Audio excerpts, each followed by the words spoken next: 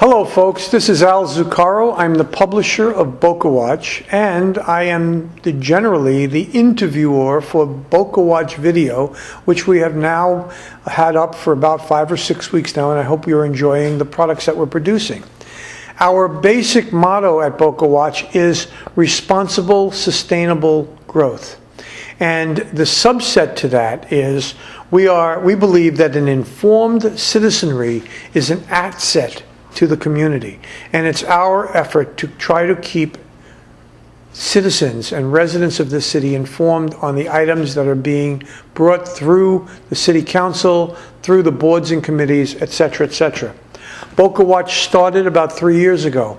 It now has an audience of over 18,000 followers on the BocaWatch official page, and a database of in excess of 15,000 names that receive our email blasts every Tuesday morning or Wednesday morning, depending upon the circumstances of that week. The video is a weekly internet broadcast in cooperation with WRPBI TV, and it shows at 6:30 on Tuesday evenings and then is replayed the following morning. And it also shows on the BocaWatch site in the form of interviews and commentaries. The reality, folks, is that we believe that public sentiment is everything. With public sentiment, nothing can fail. Without it, nothing can succeed. Tonight's show is about a couple of events that are coming up. One is the FAU and the Spirit of Giving and the Boca Bowl, which will take place in December. And the second interview this week will be with Lori Carney, who is the Director of Outreach at Florida Atlantic University. And her topic will be to allow us to know what's going on with the art department at the school. And you may remember that recently there was the Highwaymen exhibit, which was part of a real big reach out for Palm Beach County and for Florida in general. Thank you very much. We'll be right back, folks.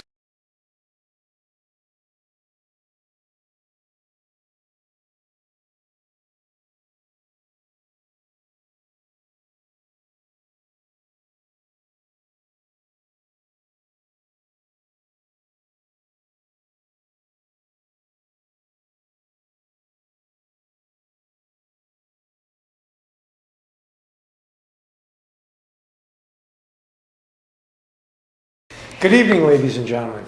I'm Al Zuccaro. I'm here tonight on behalf of BocaWatch and in conjunction with WRPBI TV. Our show tonight is going to bring a little lightheartedness to an event that's coming up here in Boca Raton that is really stellar and is enjoying some notoriety both nationally and internationally. My guests today are Susan Diener from the Spirit of Giving, she's the Executive Director, and Elizabeth Morse, who is the Volunteer Coordinator for the organization.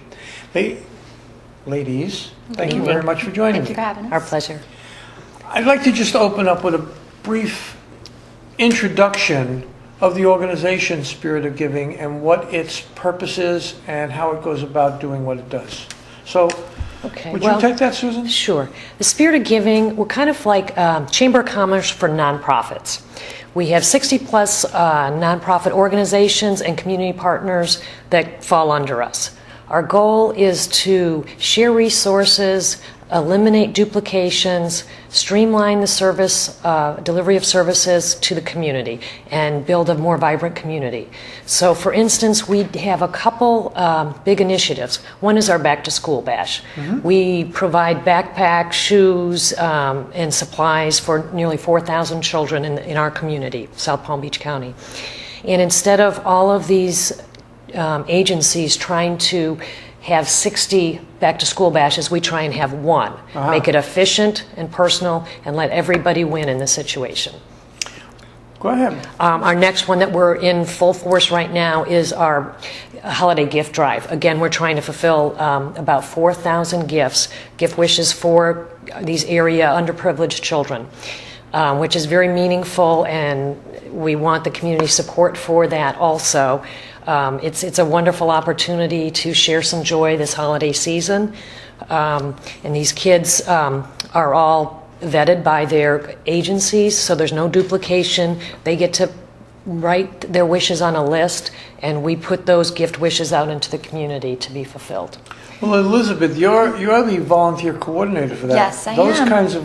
Those kinds of organizational efforts really require a lot of coordination with the organization and its volunteer base. Tell us, first of all, how you go about doing that, and second of all, how, if anybody that's observing what we're talking about here today wants to get involved, they can.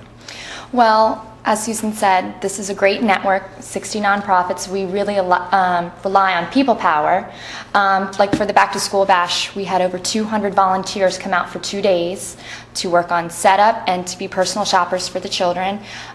For this holiday gift drive, we've had to really reach out to organizations, businesses, and individuals in the community willing to take tags, to pass them out, and to get the word out about how we can get these fulfilled.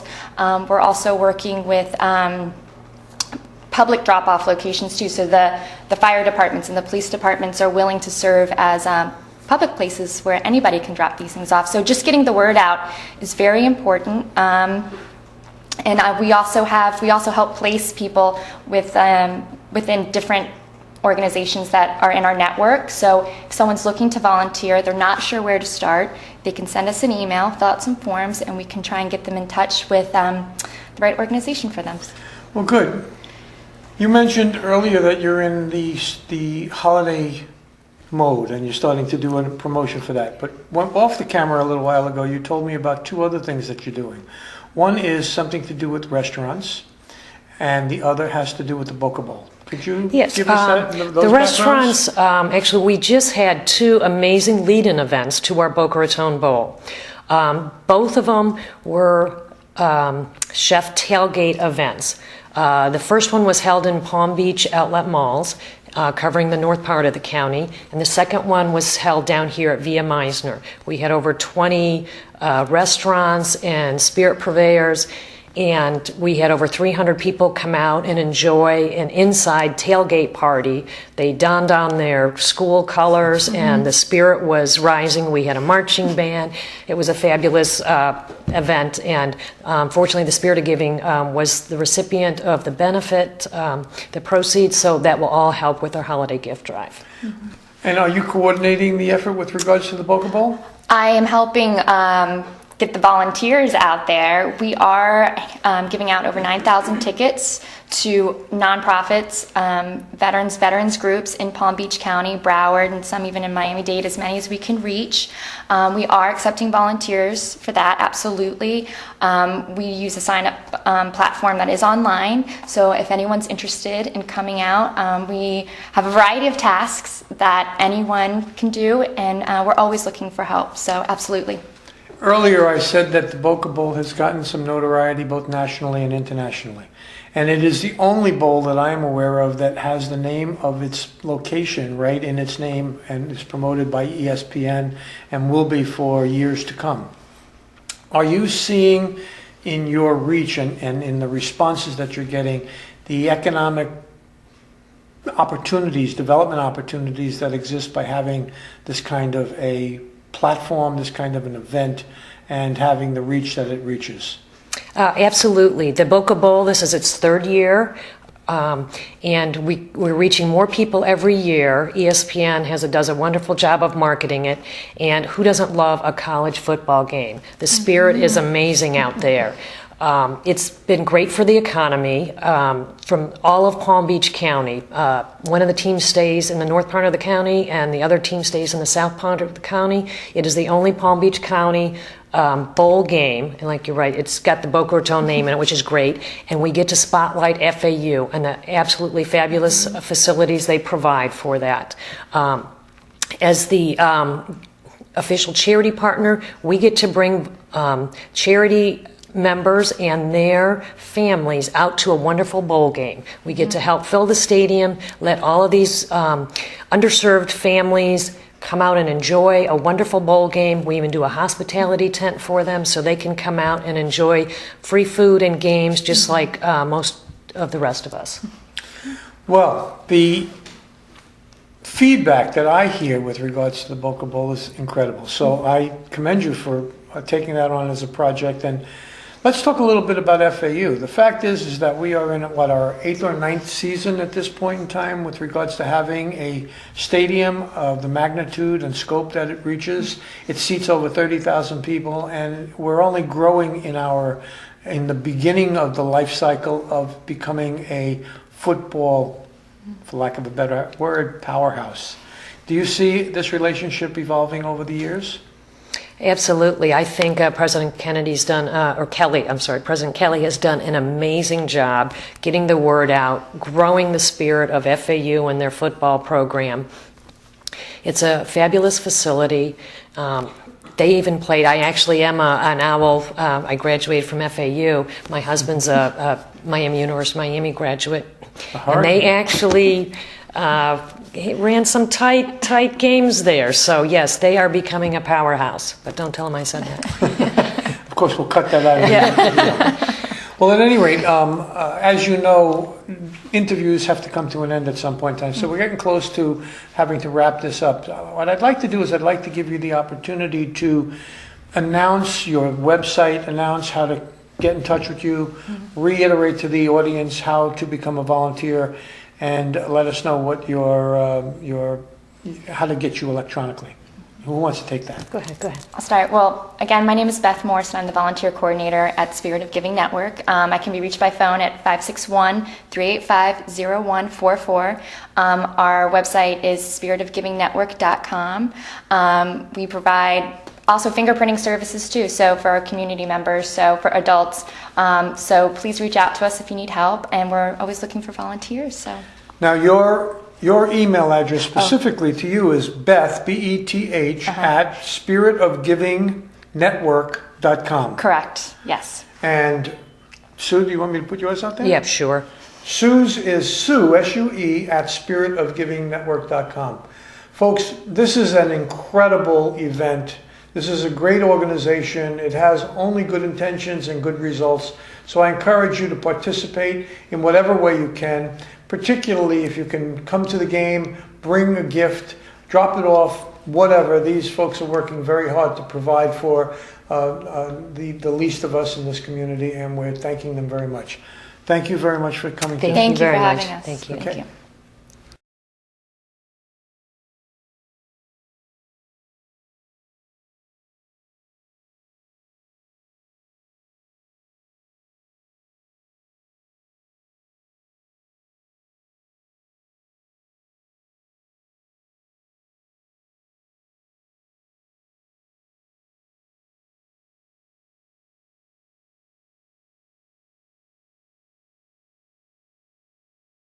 Good evening, everyone, and welcome to tonight's show of BocaWatch TV.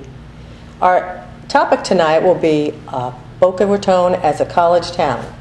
We have with us our guest is Lori Carney, and Lori is the Senior Director of Developments and Outreach Program for the Dorothy F. Schmidt College of Arts. I myself am also an alumni of FAU, as is Lori. She joined FAU's Advanced Office in December of 1999 with direct responsibilities for major gift development in the Dorothy F. Smith College of Arts and Letters. Additionally, for FAU's Center for Holocaust and Human Resource Education since 2008. Lori is an FAU alumna with a master's degree in public administration. She holds a Bachelor of Science Education degree with a minor in music, emphasis in therapeutic recreation from the State University College at Cortland. State and local governments have a very strong incentive to boost college attendance, especially at higher quality institutions. The average bachelor degree holder contributes $278,000 more into the local economy through direct spending than the average high school graduate. 42% of students earning a four-year degree remain in the city in which their college is located.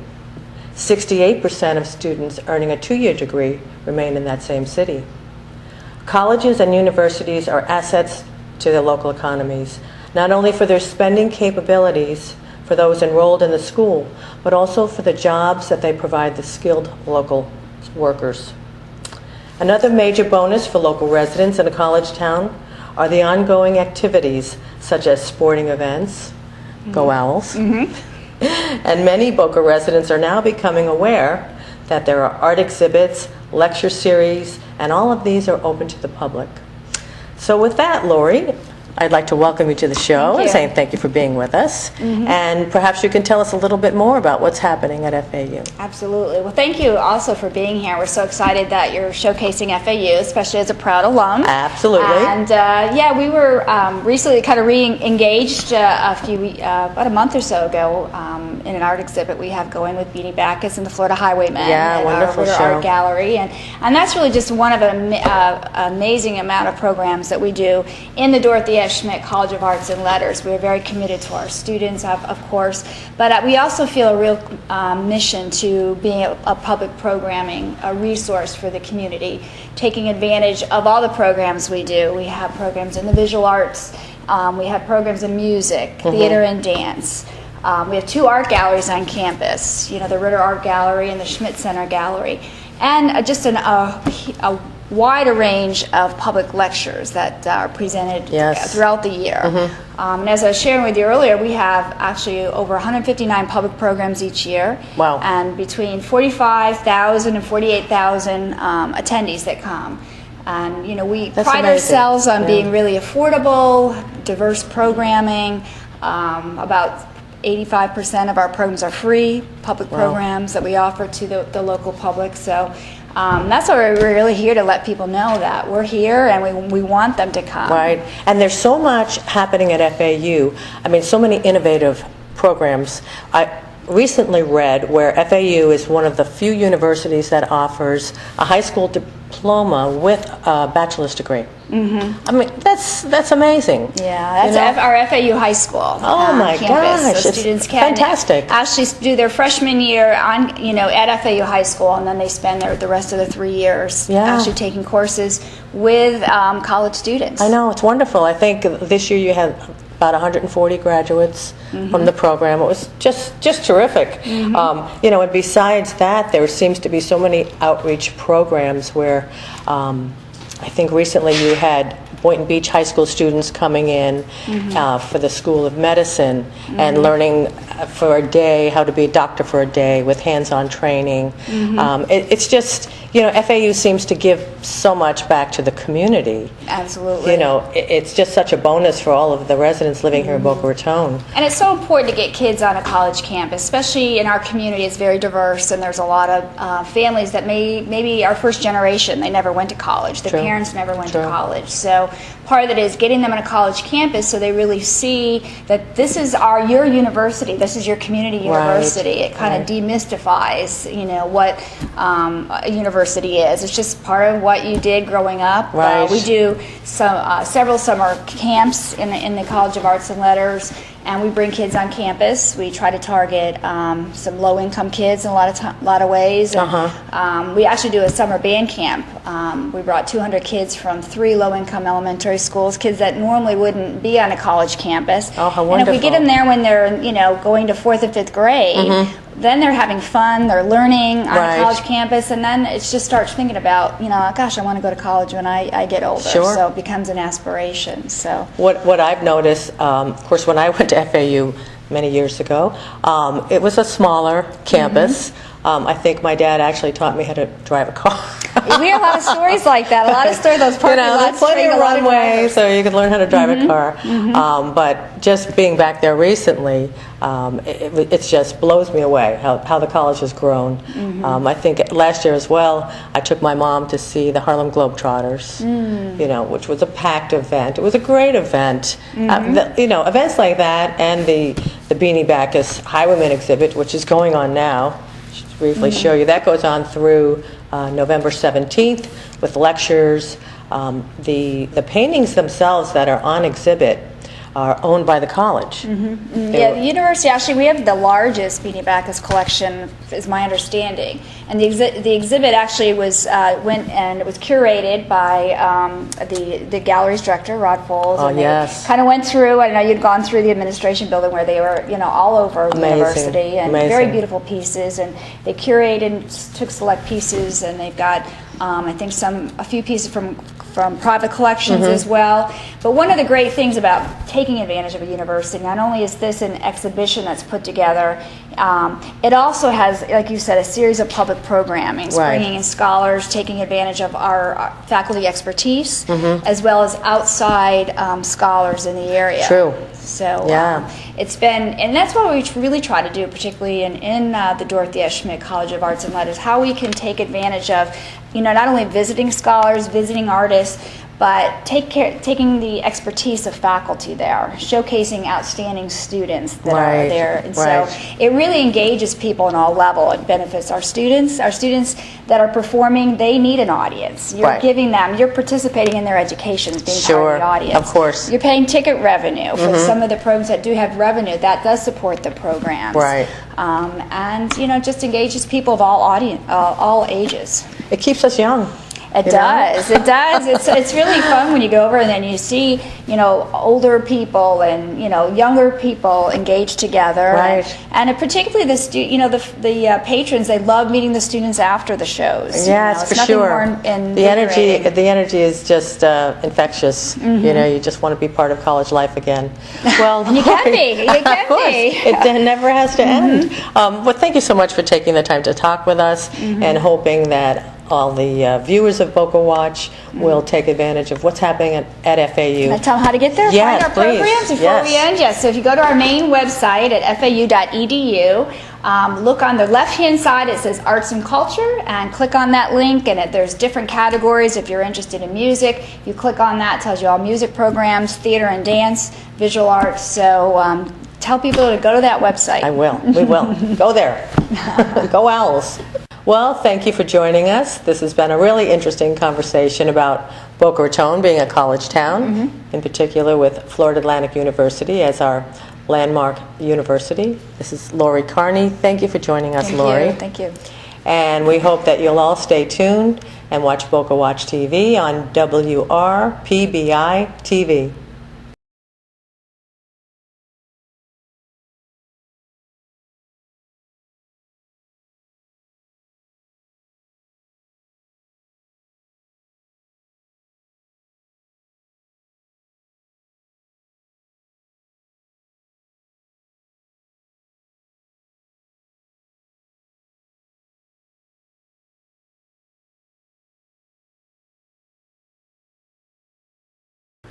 Well, folks, we've come to the end of another show. Since we are now past the November 8th election, it is time for us to begin to look at what the future holds and what the issues that are perched to become very important in the new year. There are a number of items that we have to continue to develop. The wildflower site, the use of the intracoastal waterway lands that are city-owned, the corridor from Palmetto Park, the bridge to the ocean. Those are the things that are currently hot topics. But there are some new hot topics coming in, some of which I really want to bring to the attention of the viewing audience. For instance, when you look at the approval that was made last year for the 2500 North Ocean Drive, the development of a 10,000 square foot, 4th-story high building, that is moving through the processes for approval at the state level and ultimately will come back to the city for permitting. At the time when the variances were granted, we were told by the city council or members of the city council that that probably would never be approved. Well, it looks like it is being approved, and in the next week or two, we're going to have a show directed specifically at that. I'd like you to also take a look at the University Village project, which is a parcel of land on the north side of Spanish River Boulevard that was increased in its density from a 0.25 floor area ratio to a 0.40 floor area ratio simply because the developer came in and said that they need the additional density in order to make profits. The question of what is in the best interest of the resident has never been explored. Take a look also at what's going on with planned mobility. Planned mobility again has expanded the density and reduced the requirements that are necessary that were the original basis for approving the planned mobility issues. These items are not in the forefront of the resident's mind. And then finally, A big one that we need to watch is this item that's called Midtown, which is over at the town center and is going to increase the density of the activities of the roadways and the byways of that area of the city. So what happened 5 and 6 years ago that is only now being realized with regards to the downtown, the increase in traffic and the increase in density, is percolating for other areas of the city as we speak. And it will be my intention, BocaWatch intention, to bring these items to the forefront early so that citizens and residents are beginning to be prepared for what will be the outcome and the impacts of this increased density throughout the city. I thank you very much. Stay tuned. This is Al Zuccaro signing off for BocaWatch and BocaWatch Video.